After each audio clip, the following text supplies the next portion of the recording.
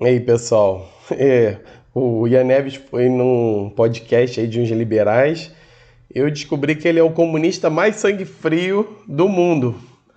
Esses caras provocaram ele de uma forma assim absurda, nas entrelinhas ali.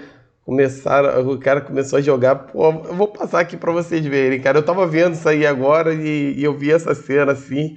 Eu tenho até que ver depois mais pra ver se tem alguma coisa de interessante aí nesse podcast. Acabei não vendo tudo, só vi uns pedaços aí, tava ouvindo no carro e vi, e vi uma cena aqui muito engraçada, cara. Eu tenho que compartilhar aqui com vocês. Parte do princípio que eu não sei, né, qual que é A o real, modelo ideal. A gente tenta fazer um modelo aqui no Flow, que é um modelo diferente, mas eu ainda particularmente acredito, é importante dizer também, até para quem está vendo qual que é o viés que vocês podem esperar de mim, eu acredito num um capitalismo social, que é o Eu acredito no capitalismo social. Vamos ver o que ele vai falar aí. da renda mínima básica universal. O mundo está evoluindo e cada vez mais nós teremos condições de fornecer a um preço muito baixo um mínimo de alimentação, um mínimo de moradia. A gente não está chegando lá hoje, mas eu entendo que existe uma evolução, um declínio da pobreza. E tudo isso o cara já vai falando assim, então continua com o capitalismo porque tá tendo uma evolução. Então, tá assim, o número de favelas, o número de gente morando na rua, assim, não, isso aí vai melhorar. Daqui a 50, 100 anos, né? As pessoas estão sofrendo agora, né? Mas vai melhorar. Global. Ou seja, para mim, o pior problema que nós temos no mundo é o poder. E eu sempre tenho medo de, seja o comunismo, seja de o conservadorismo, seja Aí o cara conseguiu associar comunismo com conservadorismo, e o pior problema é o poder, né? Assim, não que o poder não seja um problema, né? O comunismo empresarial de mercado acaba com o poder político, só que ele acaba resolvendo os outros problemas. Né? O que ele está falando, não. O que ele está falando é que o problema é o poder. Assim, o capitalismo está tudo bem para ele. Né? Eu estou imaginando, assim, imagina aí como é que o Ian Neves não está carregando ali, né? Tá começando a carregar o especial ali. Imagina aí o que vai acontecer, cara. Eu fiquei imaginando, cara, ele quando aparecer a câmera na cena dele ali, ele vai explodir a qualquer momento. bolsonarismo. Para mim, o grande problema do Olha isso, cara. O que ele falou? Vou voltar aqui um pouquinho. mundo está evoluindo e cada vez mais nós teremos condições de fornecer a um preço muito baixo um mínimo de alimentação, um mínimo de moradia. A gente não está chegando lá hoje, mas eu entendo que existe uma evolução, um declínio da pobreza global. Ou seja, para mim, o pior problema que nós temos no mundo é o poder. Ó, E eu sempre tenho medo de, seja o comunismo, seja de o conservadorismo, seja bolsonarismo. Para mim, o grande ele associou comunismo ao conservadorismo e ao bolsonarismo. Meu Deus, esse Ian Neves deve estar maluco ali, né, cara? Ele deve ter ficado. Imagina o que está passando na cabeça dele ali. Ele, cara, o que esse cara tá falando? problema do mundo é a concentração de poder. E eu acho que, às vezes, a revolução comunista ela vem por uma boa causa, mas É a concentração de poder, mas olha o que esses caras não falam, que o capitalismo gera uma extrema concentração de poder, inclusive na democracia burguesa, que é a base, é o modelo básico aí de capitalismo que a gente tem no capitalismo, né? Acaba tendo essa democracia burguesa no nosso sistema capitalista atual, é justamente isso. São os grandes empresários concentram poder econômico e com isso eles concentram poder político.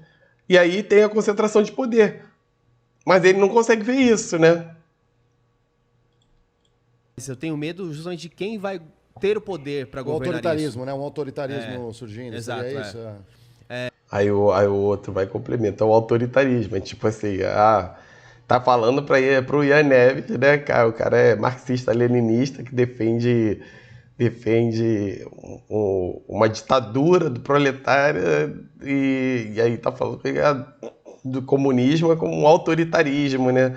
Cara, o Ian Neves ficou muito, muito. puto ali, cara, com certeza. Ele, cara, ficou furioso, cara. Furioso com o liberal ali. Ter que engolir sapo assim é foda, né? Qual que é a sua visão em relação às E ele tá na casa deles, né, cara? Os caras convidaram ele, pô. Se ele chega ali, porra, tu tá falando merda. Porra, nunca mais ninguém vai chamar ele, né? Vamos ver como é que ele reage aí, né? relações de poder, de como se constrói narrativas? Porque depois eu acho que é até pouco, 44% que falam que tem risco de virar comunista, a matéria medo lá lá que do saiu. comunismo. Brasileiros têm... Porque, de fato, assim, se for pegar, existe quantos bilhões de dólares reais no mundo não são investidos em um marketing, que é sempre do capitalismo, e não existe marketing no comunismo, né? Então, assim, pô, se só isso, sem marketing nenhum, só isso odeia, então quer dizer que ainda existe um caminho. Mas como que você vê essa relação de poder e de narrativas? Pois é, então... Ó, agora, vamos ver, ó. Cara, ele tá vermelho, cara. Ele ficou vermelho. Pra dar a resposta, ele se segurou muito uma e. coisa que me Ó, lembra como é que ele tá vermelho? a análise de pessoas à direita, isso não é uma crítica, tá? Claro, Só claro. Não é uma crítica. Aí ele fala assim: isso não é uma crítica. Tipo, porra, ele tá assim: caraca, eu quero te criticar, mas tô pisando em ovos aqui pra não ficar um clima feio, assim, igual o Galvão falando, vai se criando um clima horrível, né? Pra não ficar assim tão feio, ele se segura, cara. Ele é bem sangue frio, cara. observação. Análise de pessoas à direita que são críticos ao sistema que a gente vive. Que olham, por exemplo, para o Brasil, que tem contradições muito aparentes e dizem, há algo errado. E a raiz desse problema é uma determinada elite política. Ou seja, converge também para o que você está falando de poder. O problema é o caráter desse poder. O que nós comunistas defendemos não é o caráter do poder, é a estrutura dele. Caraca, aí ele consegue dar a resposta bem assim, cara, ele consegue relaxar. Parece que ele respirou enquanto o cara tava falando ali. Aí ele vai, né? Mas, porra, eu imagino que ele tava se trancando todo por dentro ali, cara, pra não dar na cara do liberal lá com o ioiô dele lá, mano. Porque, caralho, mano. Não, é muita provocação, né, cara? O cara chama ele e começa a falar um negócio desse, cara. Claro que o cara não foi diretão, assim. Eu não sei se no resto do vídeo tem algumas outras coisas piores, né? Mais diretas, assim. Mas, pô, isso aí foi um climazinho pesado, assim, né? Pô, tu convida o cara pra ir no... cara que é de outro polo, totalmente diferente, oposto ao seu pensamento, e tu começa a jogar essa, ainda associando, né, com totalitarismo, né? Quer dizer, totalitarismo pode até ter em alguns modelos de socialismo, mas associando com bolsonarismo, com... Então, o Marx já dizia Só faltou associar com o nazismo, né? Eu acho que ele quase falou nos isso. textos dele, a gente não está esperando benevolência dos capitalistas. O sistema capitalista gera as contradições que ele gera por uma questão estrutural e não por uma questão de vontade de quem detém a propriedade privada. Isso é uma consequência da nossa estrutura. No final das contas, o nosso inimigo é essa estrutura. Não é nenhum indivíduo e nenhum grupo de indivíduos. E isso que faz parecer uma falácia... Parecer não. Isso que faz ser uma falácia... Aí, isso faz... Cara, ele é um gentleman pra fazer... Eu não sei, cara, o que mais pode tirar ele do sério. Não sei se esses caras não conseguiram tirar ele do sério. Ele faz parecer uma falácia. Tipo, ele tá querendo falar ali, cara, tu é ridículo falando merda aí, que não sei o que, mas ele faz parecer uma falácia. Quando comparam, por exemplo, comunismo e fenômenos fascistas. Os fascistas diziam que queriam acabar com os judeus e os comunistas dizem que querem acabar com os burgueses. Não são a mesma coisa com nomes trocados? Não, porque na verdade a gente não quer acabar com os burgueses. A gente quer acabar com a estrutura que permite a exploração de uma pessoa pela outra pessoa. E os outros querem fazer uma limpeza étnica, não são coisas análogas, sabe? Então, o nosso inimigo final, você perguntou, quem são os nossos inimigos? Nosso inimigo é essa estrutura. Qual que é a questão? Por que o Marx é tão importante para a nossa visão? Porque ele desvelou uma série de coisas que são fundamentais para a nossa compreensão da realidade. A primeira é, o capitalismo ele foi responsável por um avanço de forças produtivas inédito na história da humanidade. O capitalismo foi capaz, e isso é Marx, tá? Então falar, o Marx odiava o capitalismo. Marx analisou o capitalismo. O capitalismo tornou obsoleto a escassez. Nosso problema não é mais falta. E aí qual que é a contradição que ele desvela? Se o nosso problema não é mais falta, por que a falta para pessoas? Isso aí é mais-valia. E mais-valia faz parte dessa estrutura. É a dinâmica que ele fala de extração. Pô, cara, ele tirou onda ali, ele esculachou, né? O argumento do cara de... Caiu por terra o argumento do cara de que não, o capitalismo tá muito bom, só o problema é só os governantes é que são malvados, são corruptos, é que, né? Ou o problema é o poder, é o governante ter poder, né? Mas, porra, ele mostra, ela tá mostrando aí que o problema é estrutural no capitalismo, né? Mesmo numa situação dessa, ele consegue falar de uma forma bem clara. Eu não sei se eu conseguiria ter sangue frio ali para responder assim, não. Da riqueza e concentração de riqueza. A mais-valia é o mecanismo pelo qual o patrão lucra e acumula riqueza. Porque você falou não tem mais escassez e não tem jeito. Mas a contradição é, eu faço uma pergunta para vocês. Alguém em sã consciência acredita que a fome no Brasil é falta de produção de alimentos? A gente produz de menos, por isso que tem fome? Não. Por que tem fome, então? Se a gente produz demais, a gente produz para 7 planetas Terra conseguirem comer com qualidade e quantidade, por que tem gente com fome? É essa a pergunta que o Marx quer responder. Existe um déficit habitacional no Brasil, não existe? É falta de casa? A cara Quantas dele. casas abandonadas não tem? Debochado ele. Né? Existe um movimento sem terra no Brasil. O Brasil tem falta de terra? A cara dele, a cara dele. É muito debochado fazendo a pergunta, cara. Tipo, querendo... Engraçado, cara. Gostei. Isso é o que a gente chama de contradição. O capitalismo avançou a nossa força produtiva, mas a produção não é socializada. Ela existe em prol do acúmulo de riqueza e de poder. E isso não é por vontade, mas é por estrutura. Mas por vontade também, né? Não é só estrutura, não. Também é vontade. É vontade dos caras que são poderosos, eles querem acumular essa riqueza. Os caras que são ricos, já eles querem continuar acumulando riqueza, porque todo mundo sabe que ter um monte de bens, acesso a um monte de bens, a ser rico é muito bom. Então, eles querem. E eles ajudam a ter essa estrutura. Existe a estrutura, mas também é vontade deles, né? Se um capitalista não explora, ele falha e vem outro e explora no lugar. Ele não tem escolha. Mas ele não faz só porque senão ele vai falir, vai vir outro vai vir outro no lugar, então vou fazer. Não, ele faz porque ele quer também. Se ele não explora, os acionistas tiram os recursos da empresa dele e colocam em outra. Porque eles não estão lucrando com aquela estrutura. Nada tem a ver com vontade. Capital parado não gera nada. O capital ele é aplicado. Ele é aplicado em imóveis porque ele se multiplica. Ele é aplicado em indústria porque ele se multiplica. Ele é aplicado em todas essas questões não por uma vontade de alguém, mas porque ele parado ele não gera nada. Então, a gente tem que tirar um pouco o debate da questão das vontades, e o grande problema da questão do poder é que vai para um debate um pouco moral. A solução que a direita dá muitas vezes precisa haver um saneamento moral dentro do Estado, e aí as coisas vão se ajustar. Por quê? Nossa Constituição é muito progressista. Isso eu não estou mentindo. Nossa Constituição garante educação para todos. Nossa Constituição garante moradia para todos. Saúde, Qual que é o problema? A corrupção dentro do Estado, que é consequência da falta de caráter dos agentes do Estado. O Marx diz, se a gente esperar a moralidade das pessoas, a gente nunca vai conseguir mudar a realidade.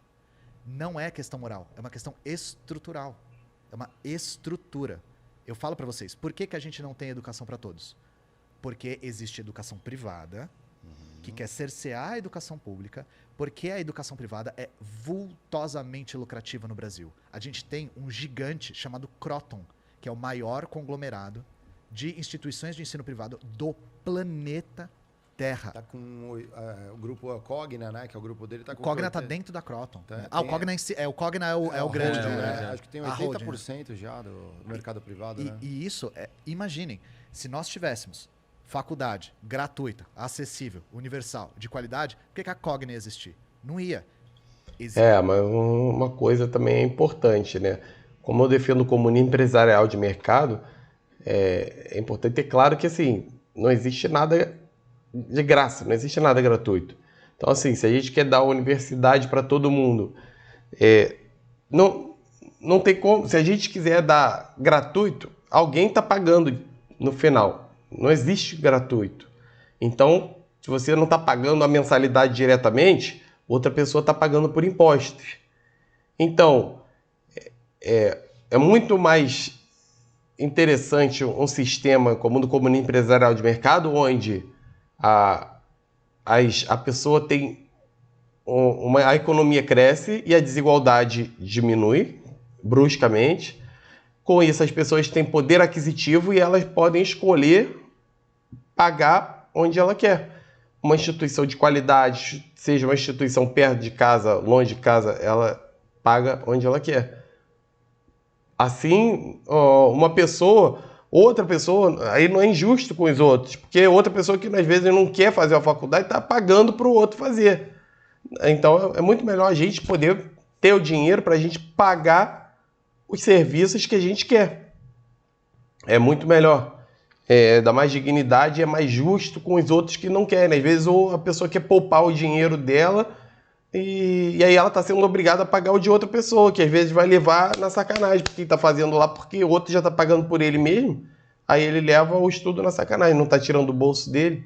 Então é importante ver que no comunismo empresarial de mercado a gente é responsável pelo nosso consumo, só que a gente está em um sistema que é justo, em que a gente recebe a parcela nossa devida da economia, da nossa produção, e aí a gente tem uma economia que cresce mais, ou seja, todo mundo vai ter mais dinheiro, e aí as pessoas vão poder consumir os serviços que querem.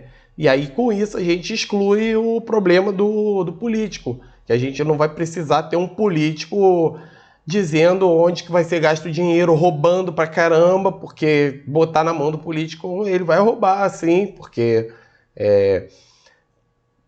primeiro que os que vão entrar na política lá, os que vão ganhar, eles são, normalmente, a regra é essa, eles são os piores da sociedade, eles são os mais filhos da puta da sociedade.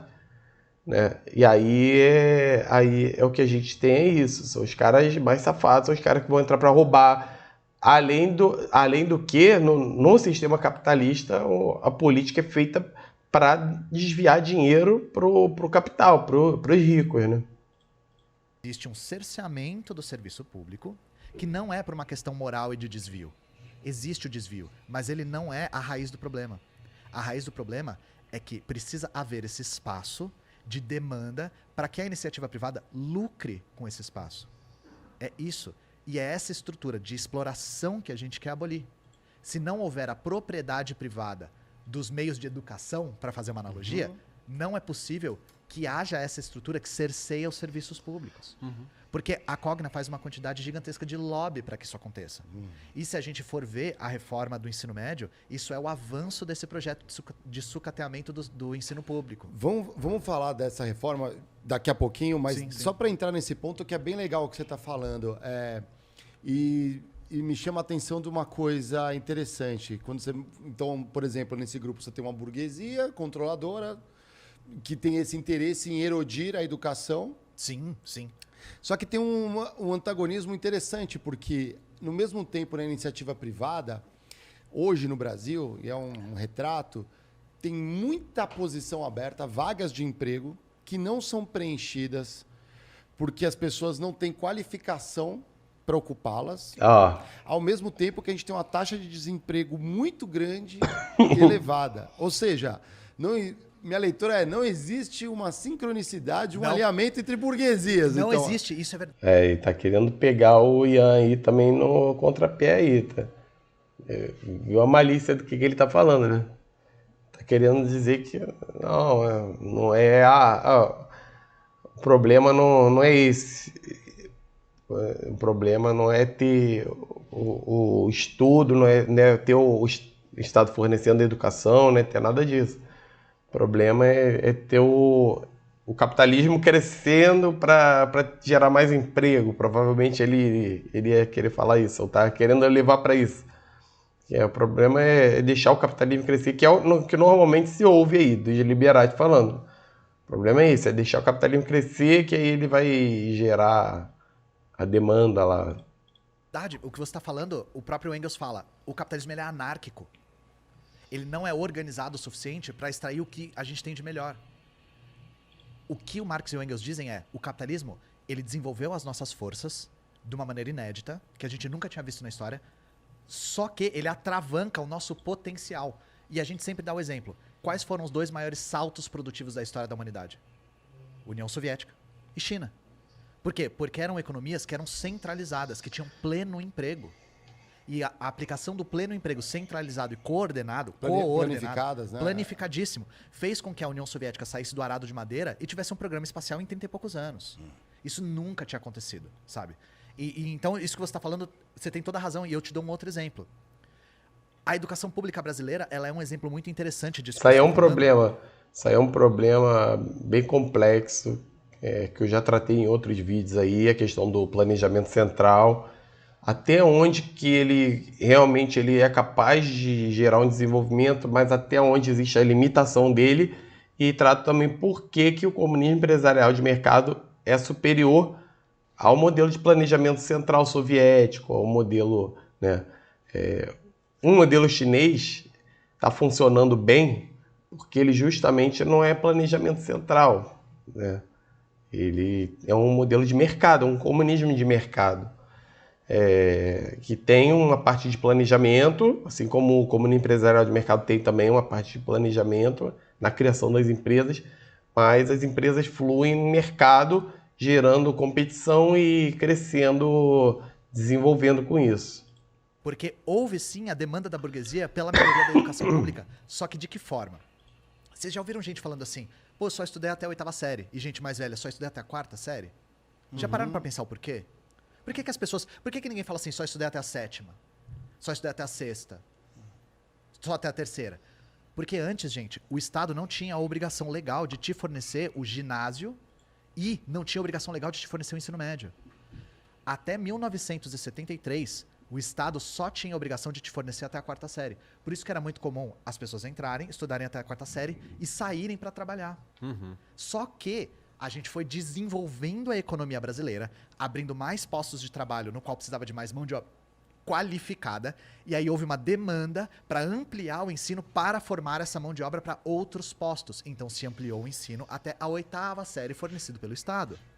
O ensino muito básico, mas que era necessário para formar uma nova mão de obra que estava escassa no Brasil, para desenvolver o capitalismo brasileiro. Isso aconteceu de novo na década de 90, com a falta de mão de obra e o avanço da educação pública no Brasil. E aí, na década de 90, em 1996, foi aprovada aí a obrigatoriedade do Estado. Agora, acontece uma coisa também engraçada nesse vídeo aí. Fica ligado aí, daqui a pouco. De te fornecer. Vão ver o comentário do cara lá que tá falando com ele lá. A cena é muito engraçada. Ensino médio. Por isso que até pouco tempo atrás a gente via pessoas falando, eu só estudei até a 8ª série. Nunca a 7ª, nunca a 6ª. Porque quando você chegava nessa etapa, você tinha que prestar vestibulinho. E o vestibulinho era um verdadeiro filtro de pobre. Muita gente na 4ª série fazia cursinho para entrar na 5ª. Nossa. Fazia um cursinho depois da aula para fazer a prova. Imagina, a maior parte das pessoas já estava trabalhando na 4ª série em si. Só que o Estado era forçado a fornecer. Era obrigado a fornecer por lei, né? Então, aí a educação brasileira, ela se expandiu para praticamente todos os municípios. Ela é muito precária, mas ela está em todos os municípios. Porque ela é benevolente? Não. Justamente pelo que você está falando. Porque o Brasil precisava formar uma mão de obra para uma determinada etapa do desenvolvimento do capitalismo. Mas é isso por isso que o Darcy Ribeiro dizia, né? Que a crise da educação no Brasil não é uma crise, é um projeto, né? Que de fato realmente tem um interesse das empresas, tem todo um interesse para manter assim, a educação pública ruim, para poder salvaguardar as empresas privadas, né? Então existe essa pressão. Vou dar um outro exemplo. Vocês viram algumas empresas, não sei se eram nos Estados Unidos, falando sobre, ou no Reino Unido, sobre jornadas de 4 horas de trabalho. Desculpa, de 4 dias. 4 dias da semana. Vocês viram isso? Era no Reino Unido, não era? Não, Reino Unido isso. A gente comentou aqui no Como vocês enxergam isso? Para falar sobre isso de formação, que eu acho interessante. Putz, quer começar? Porque eu talvez tenha uma opinião diferente, não sei. Não, Vocês acham que é porque a empresa é boazinha? Não. Eu acho que... vamos lá. No nível mais competitivo, que eu falei assim... Ele falou assim, você acha que é porque as empresas é boazinha? Aí o cara quase falou, acho que é porque as empresas são boazinhas, sim. Ele quase falou, né? Que é aquela... Mas vamos ver aí o que ele vai falar da resposta do Ian, cara. Isso daí é muito engraçado, sensacional. Existe uma área abençoada de pessoas profissionais muito bem pagos, que cada vez mais estão, que é o topo ali da cadeia, que esses sim têm o direito de escolha. Então, cada vez mais esses estão escolhendo o trabalho que fazem. Super executivo, aí você está falando. E tanto que, assim, eu acho que essa bolha está saindo, inclusive, do óbvio, acho que chegando em pontos que são mais iguais do que a luta tradicional, que quem está na base está ainda lutando. Por exemplo, quanto tempo a mulher não lutou para ter os direitos dela, como mãe, como grávida, etc. Então a licença maternidade, por exemplo, foi uma luta por muito tempo para ser conquistada. Nessas empresas, que é o topo do iceberg, tanto licença maternidade quanto paternidade são 6 meses. E não é pela lei que se faz. Então nós temos 2 visões. Ela faz como um benefício. Olha o que ele está falando também, né? Que, não, porque nessas empresas, é muito recorrente entre liberais aí, eles falam muito isso. Não, mas é porque o seu capitalismo não está desenvolvido, porque onde está no topo das empresas, a qualidade fornecida é melhor. Tem um pouco de verdade, a gente tem que olhar com bastante imparcialidade e bastante racionalidade nisso aí. Tem um pouco de coerência, um pouco nisso, mas a resposta que o Ian vai dar é muito boa. Mas a questão é a seguinte, isso pode ser feito, pode ser que tenha esse tipo de empresa, seja mais um tipo de empresa que domina a economia. No sistema capitalista, não. Essa que é a questão. No sistema capitalista, no sistema aqui brasileiro, então, a gente está muito longe disso. Em outros sistemas, o americano também está muito longe disso. Tem muita gente passando sufoco, muita gente pobre. Aí a gente tem outros modelos que têm outra forma de equilibrar aí. O modelo nórdico, lá, o francês e tal, tem outra forma de equilibrar, já com uma social-democracia. Mas que existe também um país já bem desenvolvido para ser aplicado. Então, mais uma vez, o comune empresarial de mercado é muito melhor, porque ele vai conseguir levar as empresas a investirem mais na empresa, e uma economia que cresce mais faz com que a base toda cresça e conforme as empresas investem mais, elas podem pagar salários melhores e tudo mais, né?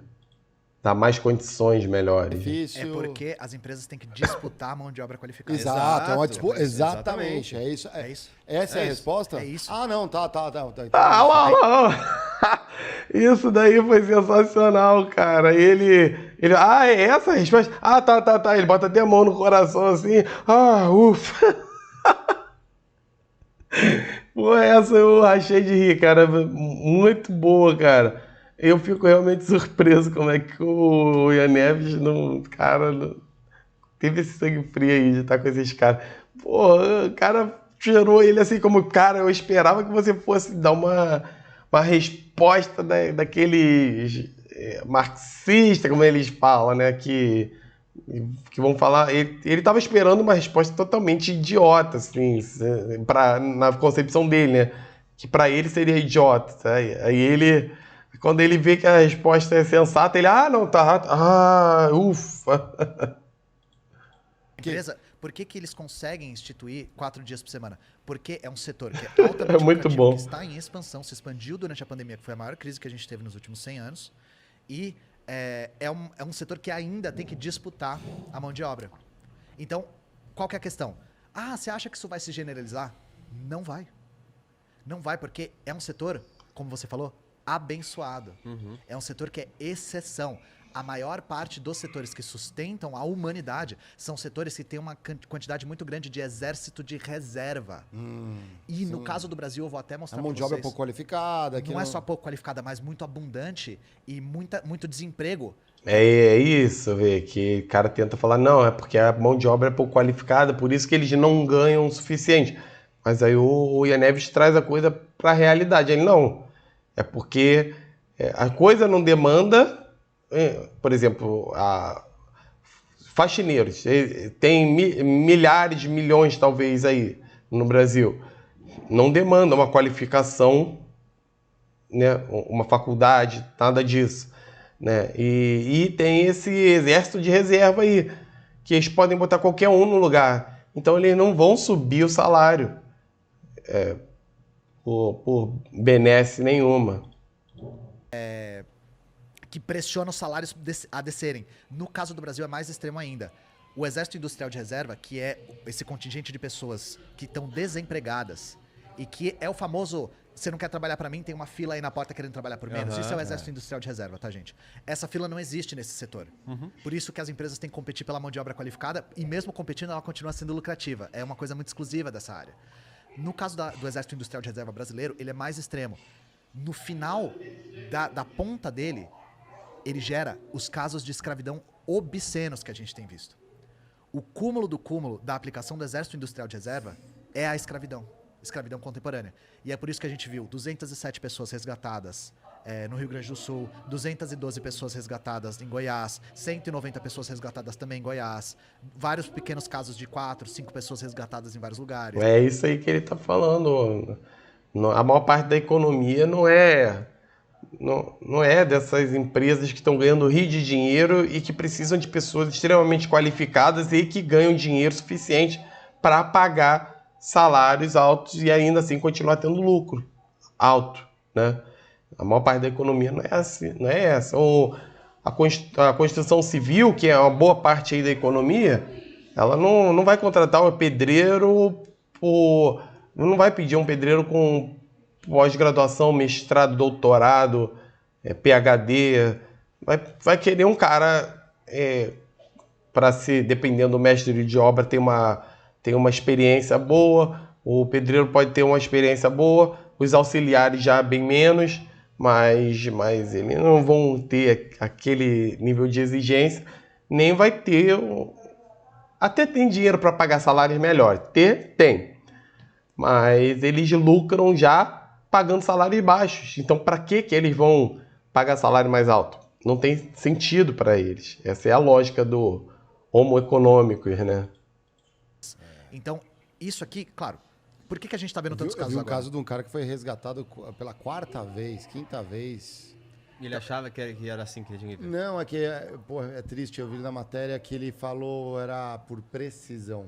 Ele Precisava muito. sim. Ele teve uma filha. Gente, eu já tive minha dose de riso aí. Foi engraçado essas cenas. Eu vou depois terminar de ver, vou tentar ver mais aí, porque não saíram cortes, né? Esse vídeo saiu agora há pouco tempo, né? Eu acho que não tem nenhum dia inteiro, então não saíram cortes, aí não dá para eu pegar as partes já selecionadas. Então eu vou tentar ver o que eu posso ver. Não vou conseguir ver inteiro, porque acho que tem umas 3 horas aí. Vou tentar ficar vendo enquanto eu faço outra coisa. Quando eu for na academia, quando eu for fazer alguma coisa, eu vou tentar ver. Se tiver mais coisa interessante aí, eu tento trazer aí pra vocês aí, tá bom? Mas foi engraçado, cara. O Ian Neves realmente é um herói. É o herói do sangue frio, né? Super cold blood aí. E é isso aí, pessoal. Até a próxima aí. Tchau, tchau.